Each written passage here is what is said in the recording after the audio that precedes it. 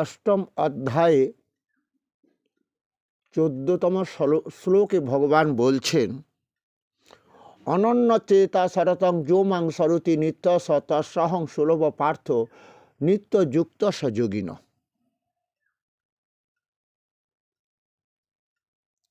ভগবান বলছে অনন্য চিত্ত যে ব্যক্তি নিত্য নিরন্তর আমাকে স্মরণ করেন, সেই নিত্যযুক্ত যোগীর কাছে আমি সহজলভ্য, অর্থাৎ তিনি আমাকে সহজেই প্রাপ্ত হবেন। এই যে সময়টা আমাদের কখন আসে জানো? এই সময়টা শৈশবকালে। দেখা যেত মা বলতো ওখানে যাস না, আমরা ভয়েতে যেতাম না, সহজ সরল মন ছিল তখন। ওই জন্য আমাদের বেদে আছে ব্রাহ্মণ 12 বছর বয়স হয়ে গেলে কাম ক্রোধ লোভ ষড়রিপু পঞ্চ ইন্দ্রিয়রা জাগ্রত হয়। সেই 12 বছর বয়সে ঠিক ওদের দীক্ষা দেওয়া হয়, আচার্য দিয়ে দীক্ষা দেওয়া হয়। ব্রাহ্মণ কুলে শ্রেষ্ঠ, ক্ষত্রিয় বৈশ্য তাদের উপরে তো ব্রাহ্মণ, মাঙ্গলিক কর্ম করার জন্য এই ব্রাহ্মণকে আমরা নিয়ে আসি, কিন্তু তাই তাদের এটা নির্দেশ আছে। কিন্তু আমার গৌরাঙ্গ মহাপ্রভু তো চেয়েছিল যে 12 বছর যেই বয়স হবে ছেলেটার মেয়েটার গলায় ওকে আচার্যের গুরুর কাছে নিয়ে যাও, দীক্ষা দিয়ে দাও, গলায় তুলসীর মালা পরে সে হরিনাম সংকীর্তন করুক। তুলসীর মালা কী করবে? তাকে প্রোটেকশান দেবে। যেমন আমরা গ্রহণ যখন লাগে যে সকল খাদ্যগুলো তৈরি করে থাকে ফেলে দিতে পারি না, আমাদের তুলসীর পাতা গোবর দিয়ে রেখে দিতাম। গোবরও জীবাণুনাশক, তুলসীও জীবাণুনাশক। তো আমাদের দেহসা প্রোটেকশান মানে এই কলিযুগে আবহাওয়া তো দেখেছো 6টা ঋতু পাল্টে গেছে, কখনো খুব ঠান্ডা আবার একটু গরম পড়ছে, কখনো সারা বছরই নিম্নচাপ বৃষ্টি। আমরা এই জলের মধ্যে আর্সেনিক, বাতাসে কার্বন মনোক্সাইড, এই যে একটা ভয়াবহ রূপ এসেছে, তারপরে প্রতিনিয়ত যে আবার বোম ফাটছে, গুলি বারুদ যুদ্ধ, বুঝতে পেরেছো তো? আমাদের দেহ সুস্থ থাকবে না, প্রোটেকশানটা এটাই। তাহলে ওই জন্য তুলসীর মালাটা আমাদের ব্যবহার করতে হবে। আর এই তুলসীর মালা ব্যবহারের আর একটা কারণ আছে, নম নম তুলসী কৃষ্ণ প্রেয়সী। আমরা তুলসী কৃষ্ণ ছাড়া যেমন কিছু ভজে না। যেমন আমাদের একটা জ্যোতিষী শাস্ত্রে নিয়ম আছে, যদি কেউ শ্বেতচন্দনের মূল ধারণ করে, অনন্ত মূল ধারণ করে, তার মঙ্গল গ্রহ ভালো হবে, রাহুর গ্রহ ভালো হবে, শ্বেতচন্দনের মূল। তাহলে নিশ্চয়ই সেই তুলসীরও এরম একটা আমাদের আছে যে দেহ কাম ক্রোধ লোভের বশীভূত হবে না। সেই মৃত্যুর পর যে কৃষ্ণ ভজন হয়, জীবিতকালীন সেই কৃষ্ণ ভজন করে দেহ পাপমুক্ত করে ফেলব, দেহটা শুদ্ধ হবে, এই দেহ দিয়ে সুখও পাবো, এই দেহ দিয়ে মানুষের জন্য কিছু করতে পারবো। তাই ভগবান এই শ্লোকে এটাই সহজভাবে বোঝাতে চেয়েছেন যে সহজ। আগের শ্লোকে কি বলেছেন? আগের শ্লোকে বলেছেন কি বলেছেন? যে এই দেহটা তৈরি করতে গেলে কিভাবে তুমি তৈরি করবে, যে সহজ সরল মন যে ভগবানকে তুমি সমর্পণ করবে, কি করে করবে? তখন তিনি বলেছেন সর্ব ব দ্বারানি সংযম মনরিধি নিরুদ্ধ চ মুদ্ধান্ন ধায়াত্মন প্রাণমস্থিত যোগধারণম ওম ইতি এক অক্ষরণম ব্রহ্মবাহরণ মামানুসরণ য প্রয়াতি ত্যাজন দেহং সজাতি পরমাং গতি। সমস্ত ইন্দ্রিয়ের দ্বার রুদ্ধ করে যে ধ্যানযোগ। আমরা যখন ঈশ্বরের চিন্তা করি, গুরুর দেওয়ার নাম জপ করি, হ্যাঁ, মনটা কি করতে হবে?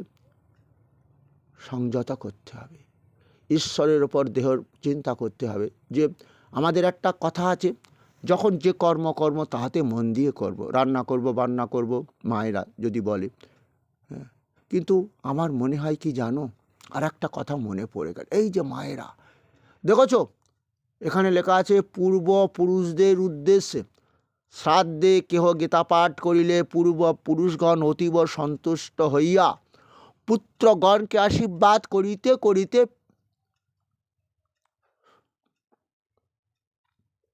কোথায় যাবে? স্বর্গলোকে যাবে। এই যে কথাটা তোমরা কান দিয়ে শোনো না হয়তো মায়েরা, কারণ এখানে মায়েদের কথা কোনো জায়গায় লেখা নেই। তুমি কি দেখেছো বাবার তর্পণ ক্রিয়া হলো, মার তর্পণ ক্রিয়া করলো না তো। করেছে কি বলো দেখি? সুন্নত দিলে হয় মুসলমান, নারীর তবে কি হয় বিধান, ব্রাহ্মণ চিনি পৈতের প্রমাণ, ব্রাহ্মণী চিনি কি করে? কথাগুলো বুঝেছে? ব্রাহ্মণ ত্রিসন্ধ্যা গায়ত্রী মন্ত্র জপ করে দেহ পাপ মুক্ত করে তো। হ্যাঁ, মুসলমান ভাই নামাজ পড়ে কোরআন পড়ে দেহ পাপ মুক্ত করে, তার সেই স্ত্রী কী করে?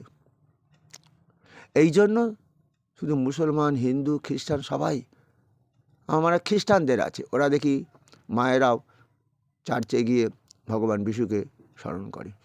তা আমাদের কই তো নেই। আমাদের মুসলিম মায়েদের মধ্যেও তো দেখি না যে তারাও ওই মসজিদে গিয়ে আল্লাহ মালিকের নাম করে। তবে এখন কিছুটা ভালো হচ্ছে, হজেও নিয়ে যাচ্ছে মায়েদের। আর হিন্দু মায়েদের কি বলছে? হিন্দু মায়েরা যে যার কর্ম করুক। আগেকার দিনে একটা কবিতা পড়েছিলাম না, পতির পুণ্যে সতীর পুণ্য নহিলে খরচ বাড়ে। পতি একলাই তীর্থ করবে এবং পত্নী তার অর্ধেক পুণ্য লাভ করবে। আর যে পতি, এ কলিযুগের পতি কেমন বলো বলো? ফুর্তি করছে নাকি? কি ফুর্তি করছে মানে বুঝতে পেরেছ?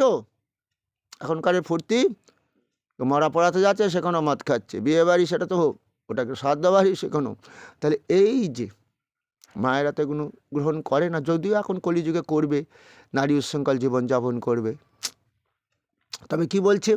ওই জন্য মায়েদের জন্য স্পেশালভাবে ভগবান কত দয়া করেছেন। অর্জুন শ্রী কীর্তি বাক্চ নারীনাং স্মৃতি মেধা ধৃতি ক্ষমা, নারীর মধ্যে আমি দৈবী গুণ দিয়েছি। 9টা দৈবী গুণ। শ্রী দেখতে সুন্দর নয়, আচার ব্যবহার পোশাক কথাবার্তা। শ্রী কীর্তি, তাদের অনেক কীর্তি আছে, ভুলে যেও না। সতী সাবিত্রী, আজকে স্বয়ং যমরাজ তার কাছে হার মেনেছে। মাতঙ্গিনী হাজরা, যিনি আজও অমর, ইংরেজিতে তাড়াবার জন্য তিনি সেদিনকে উচ্চ কণ্ঠে বলেছিল বন্দে মাতরম। ইংরেজদের সৈন্যরা তাকে দেহটাকে ঝরঝর করে দিয়েছিল গুলির আঘাতে, মনে পড়েছে? কত কীর্তি আছে। প্রীতিলতা ওয়াদ্দেদার, সে বন্দুক ধরে ইংরেজদের বিরুদ্ধে লড়াই করেছিল, শহীদ হয়েছিল। অনেক মায়েদের এরকম কীর্তি আছে। শ্রী কীর্তি বাকচতুরতা। হ্যাঁ হ্যাঁ, মায়ের একটু, ওই জন্য এদের বেশি দেখবে। বুড়ো গ্রামে বয়স্ক মাতা পুরুষ লোক দেখবে বেশি নেই, কিন্তু মায়েরা আছে অনেক বয়স্ক। কেন জানো? এরা ওই যে বক করে চেঁচামেচি করে, কান্নাকাটি করে না। কেউ ছেলে মারা গেল, স্বামী মারা গেল, শোক টোক না, এরা সহজে গ্রহণ করতে পারে। ওই জন্য এদের স্ট্রোকটা বেশি হয় না। আর পুরুষ মানুষ, হ্যাঁ, ওই যে কি হয়, আস্তে আস্তে গুমড়ে গুমড়ে চিন্তা করতে করতে শোকটাকে হাইপার টেনশন যুক্ত হয়ে অকাল মৃত্যু ধারণ করে, অথবা স্ট্রোক হয়ে ঘরে বসে পড়ে থাকে, প্যারালাইসিস হয়ে। বোঝা যাচ্ছে? বাকচতুরতা। স্মৃতি, স্মৃতি মানে স্মরণশক্তি মায়েদের বেশি আছে, জেনে রেখে দাও। ওই জন্য মায়েরা দেখবে সাধারণত আর্টস নিয়ে বেশিরভাগই পড়াশোনা করে, ওদের স্মরণশক্তি বিরাট। আচ্ছা গেল। হ্যাঁ, বলে গ্রামাঞ্চল তো, বলে নিডানটা পাচ্ছি না, মাঠে পাট নিড়তে যাবো, বলে ওই তো ওখানে রেখেছো, তুমি ভুলে গেছো এর মধ্যে? মা, মা। আচ্ছা গেল। কি হলো? তাহলে শ্রীকীর্তি বাকচতুরতা, স্মৃতি মেধা, মায়েদের অনেক মেধা আছে। তাহলে এই মেধা জিনিসটা মায়েদের অবহেলা করো। দেখেছ মহিষাসুর যখন দেবরা কি বলে, ব্রহ্মা বলছে মহিষাসুর কি বর চাও? অমরত্ব। বলে অমরত্ব হবে না, বলে অমরত্ব বরই আমি চাই। ঠিক আছে, তবে দেব দেবতা দানব দৈত্য কেউ তোমাকে বিনাশ করতে পারবে না, কারোর হাতে তোমার মৃত্যু হবে না, তবে নারী হস্তে তোমার মৃত্যু হবে। নারী কতটা শক্তি ধারণ করে মহিষাসুর অহংকার করে বলেছিল। তোমরা দেখেছো সেই নারী হস্তে আজকে মহিষাসুর মায়ের পায়ের তলায় পড়ে রয়েছে। হ্যাঁ, সেও তো বলেছিল নারী হস্তে মহিষাসুরের মৃত্যু। হরে কৃষ্ণ। বোঝা গেছে? ওই হরিনাম সংকীর্তন করো, দীক্ষা নাও, 12 বছর বয়সে ছেলেটাকে একটুখানি শেখাও। হরে কৃষ্ণ নাম করতে করতে হরণ করে নেবে ও দেহের পাপ। হরে কৃষ্ণ কৃষ্ণ কৃষ্ণ হরে হরে, হরে রাম রাম রাম। বহু জন্মের পাপ থেকেও নাম উচ্চারণ করে মুক্ত হবে, দেহ শুদ্ধ দেহ হবে, আদর্শ দেহ হবে। তখন ওই খাদ্যমন্ত্রী হয়ে তাকে জেল খাটতে হবে না। তখন ওই খাদ্যমন্ত্রী হয়ে অন্তত চেষ্টা করবে ভালো খাদ্য কি পাবলিকদের, জনসাধারণকে আমি দিতে পারবো। কারণ যে আমি যে গীতায় পড়েছি, কি পড়েছি? ধর্ম কি? আত্মৌপমেন সর্বত্র সমং পর্ষতি যহ অর্জুন সুখং বা যোগী দুঃখং সযোগী পরম মত। আমার মতে সেই যোগী ভক্ত শ্রেষ্ঠ, যারা সবাইকে আপন ভাবে, কাউকে পর ভাবে না, সকলকে আপন ভেবে কেউ দুঃখ কষ্ট ভোগ করছে তাকে সুখী করার চেষ্টা করবে। এটাই তো ধর্ম গো। সুখাদ্য সাপ্লাই দেবো, কারণ এখন সব গ্যাসের সমস্যা, পেটের গন্ডগোল, পেট পুড়ে খেতে পায় না নাকি, তাহলে সুখাদ্য আমাকে সাপ্লাই দিতে হবে, তাদের অকাল মৃত্যু আমাকে দিলে হবে না। সেই জন্য তো অর্জুনকে বলছে, অর্জুন এই দেহটা তৈরি করবে কি করে জানো? এই যে ইন্দ্রিয়ের সমস্ত দ্বার রুদ্ধ করো, করে কি করবে? এবারে সেই পরম ঈশ্বরের কথা ভাবো। সর্বদ্বারানি সংযম মনহৃদি নিরুদ্ধ চ, সেই হৃদয় সেই পরম ঈশ্বরের প্রতি সমর্পিত করো মন। হৃদয়ে তো হৃদয়, হ্যাঁ, বুদ্ধাত্মানাপানম জগদ্ধারণম। আর ইন্দ্রিয়ের সমস্ত দ্বারকে রুদ্ধ করে নিজের প্রাণ বায়ুকে, নিজের প্রাণকে মস্তকে স্থাপন করো যোগ রূপে স্থিত হও। ধ্যান তোমরা নিজস্ব মন, এই ধ্যান কি? সেই পরম ঈশ্বরের প্রতি আমাদের সাধারণত একটি জায়গায় নির্জন স্থানে বসে পরম ঈশ্বরের চিন্তা করা হয়, সেটাই হচ্ছে ধ্যান। এদিক ওদিক মন যেন না যায়। ঠিক আছে, এবারে কি করবে? ওং উচ্চারণ করো। এই এক অক্ষর যে পরম শক্তিমান, এই ওং দিয়েই সমস্ত জগৎ সৃষ্টি। সেই ওং বলতে সেই পরম ঈশ্বরকেই বোঝায়, যিনি সৃষ্টি করেন প্রলয় করেন, যার সৃষ্টি করার ক্ষমতা আছে, প্রলয় করার ক্ষমতা আছে, তিনি হচ্ছেন পরম ঈশ্বর। মনে আছে সেই ব্রহ্মা, হ্যাঁ, ভগবানকে খুঁজতে খুঁজতে ব্রজধামে এলেন, এসে দেখছেন উনি কি আমার সেই পরম ঈশ্বর কৃষ্ণ হবেন? পরীক্ষা করব। কেন, কি করে পরীক্ষা করব? ওনার ওই নবলক্ষ ধনু দ্বাদশ রাখাল চুরি করে নিয়ে যাব। উনি তো সৃষ্টিকর্তা, পালনকর্তা, তাহলে উনি আবার নতুন করে সৃষ্টি যদি করতে পারেন নবলক্ষ ধনু দ্বাদশ রাখাল, তাহলে উনি হবেন আমার ভগবান শ্রীকৃষ্ণ। ভজ কৃষ্ণ, বল কৃষ্ণ, লহ কৃষ্ণ শিক্ষা। চিনতে পেরেছ ভগবানকে? হে অর্জুন, এতদ জনিনী ভূতানি সর্বাণি তুপধারায় অহং কৃষ্ণ স জগত প্রভব প্রলয়স্তত। আমি জগৎ সৃষ্টি করি সত্য, ইচ্ছা, আমার ইচ্ছা মানে, বা আমি পরমেশ্বর জগৎ সৃষ্টি করব না, জগতের জীব সৃষ্টি করব না, আর এটাই তো আমার কাজ। আমরা যেমন সংসার করব না, সন্তানাদি পালন করব না, দেখো সে পরমেশ্বর তাই তো আমাদের সৃষ্টি করলেন, তাই যে তিনি পরম পিতা রূপে সৃষ্টি করলেন। ওই যে বললেন পিতা হো হমর্ষ জগত মাতা ধাতা পিতামহ বেদং পবিত্রং ওঙ্কার ঋক সমযোজুর। আমি সেই পবিত্র ওঙ্কার, এই সেই ওং উচ্চারণ করতে দেহ পবিত্র হয়ে যায়, শুদ্ধ হয়ে যায়, দেহে পাপ থাকে না। তাই তো আমি সেই পবিত্র ওঙ্কার। তুমি ভাবছো ওই যে হরে কৃষ্ণ, সেই একই, হরণ করবে পাপ। আর ওং উচ্চারণ করলে দেহ কী হবে? কাম ক্রোধ লোভ ষড়রিপু থাকবে না। এই ওং দিয়ে জগৎ সৃষ্টি, হরে কৃষ্ণ। তাই ওং বলতে বলতে দেহ পাপমুক্ত হয়। ওই জন্য ব্রাহ্মণেরা ওং উচ্চারণ করার অধিকারী। কিন্তু না, তুমি বলছো কৃষ্ণ, তুমিও বলো না হরে কৃষ্ণ। কৃষ্ণ শব্দের এই তো আমি এক অক্ষর ওঙ্কার, পরিষ্কার হয়ে গেল। হ্যাঁ, তুমি বলছো শূদ্র, আমি ওং উচ্চারণ করতে দেয় না ব্রাহ্মণ। হ্যাঁ, তাহলে সেই হে অর্জুন, আমি পবিত্র ওঙ্কার, আবার ঋক্সাম যজুর্বেদ অথর্ববেদ, আবার আমি জগৎবাসীর পিতা মাতা বিধাতা ঠাকুরদাদা। আমি জগৎ এইভাবে সৃষ্টি করেছি, পিতা মাতার সন্তানাদি সৃষ্টি করেছি। সন্তানদের সুখ শান্তি দেওয়ার জন্য দেহের মধ্যে কাম ক্রোধ লোভ তাকে পাপ পথে যাতে না নিয়ে যায়, তাই যোগী কী করে? ইন্দ্রিয়ের পঞ্চ ইন্দ্রিয়ের দ্বারকে রুদ্ধ করে, পঞ্চ ইন্দ্রিয়ের দ্বার রুদ্ধ করে মনকে হৃদয়ে নিরত করে নিজের প্রাণকে মস্তকে স্থাপন করে যোগ ধারণে সমগ্ররূপে স্থিত হয়ে যিনি ওং, এই পবিত্র ওঙ্কার শব্দ ওং, এই এক অক্ষর উচ্চারণ করতে করতে আমাকে স্মরণ করতে করতে দেহ ত্যাগ করে, মানে শরীর পরিত্যাগ করে, তিনি পরম গতি প্রাপ্ত হবেন। বোঝা যাচ্ছে? খুব কঠিন, আমরা জানি, এটা যোগীদের পক্ষে সম্ভব হয়। কিন্তু আমরা সাধারণ মানুষ কি করব? ওই যে সর্বকর্মাণি কুর্বাণ মৎপদাশ্রয় সংসারে যাবতীয় কর্ম অর্জুন আমাকে আশ্রয় করে করো। বোঝা গেল?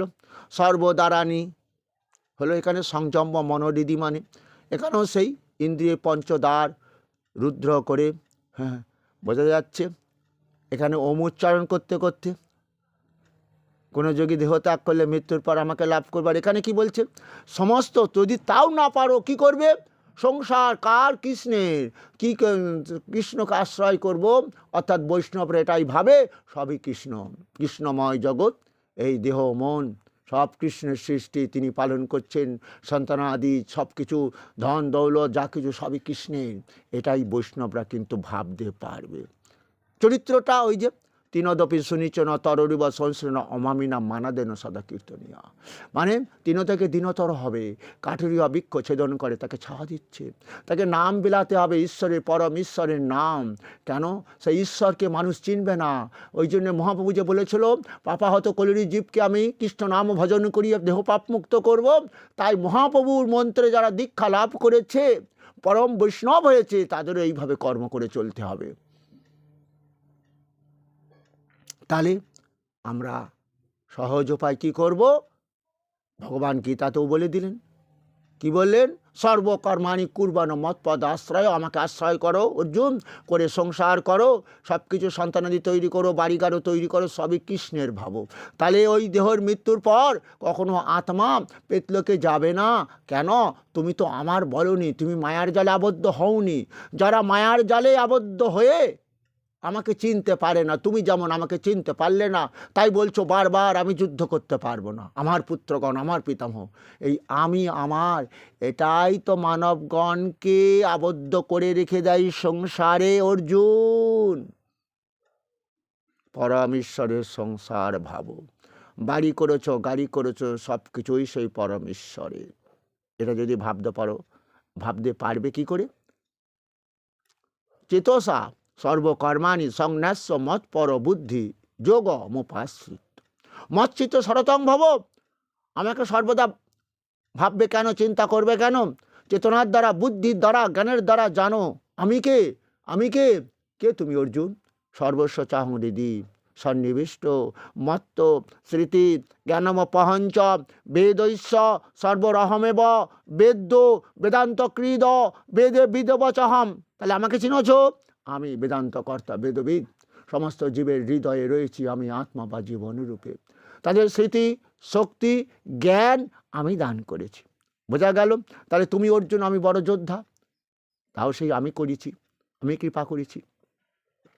তোমার হৃদয়ে আমি দেহটাকে বাঁচিয়ে রেখেছি আত্মারূপে, তুমি তোমরা বুঝতে পেরেছ। তাহলে এইবার সেই জন্য ভগবান বললেন, কি বললেন? ভগবান বললেন যে শোনো অর্জুন, চেতসা সর্বকর্মাণি সংন্যাস্য মৎপর বুদ্ধিযোগ মোপাশ্রিত মৎচিত্ত সরতং ভাব। এইভাবে আমার সম্বন্ধে জ্ঞান লাভ করে আমাকেই তো ভাবনা করবে, আমাকেই তো চিন্তা করবে এই দেহ দিয়ে। হলো? আবার শ্লোকটা বলি, চেতসা সর্বকর্মাণি সংন্যাস্য মৎপর বুদ্ধিযোগ মোপাশ্রিত মৎচিত্ত সরতং ভব মৎচিত্ত সর্ব দুর্গানি মৎ প্রসাদাদ তরিষ্যসি অথচ তমাঙ্করণস্য।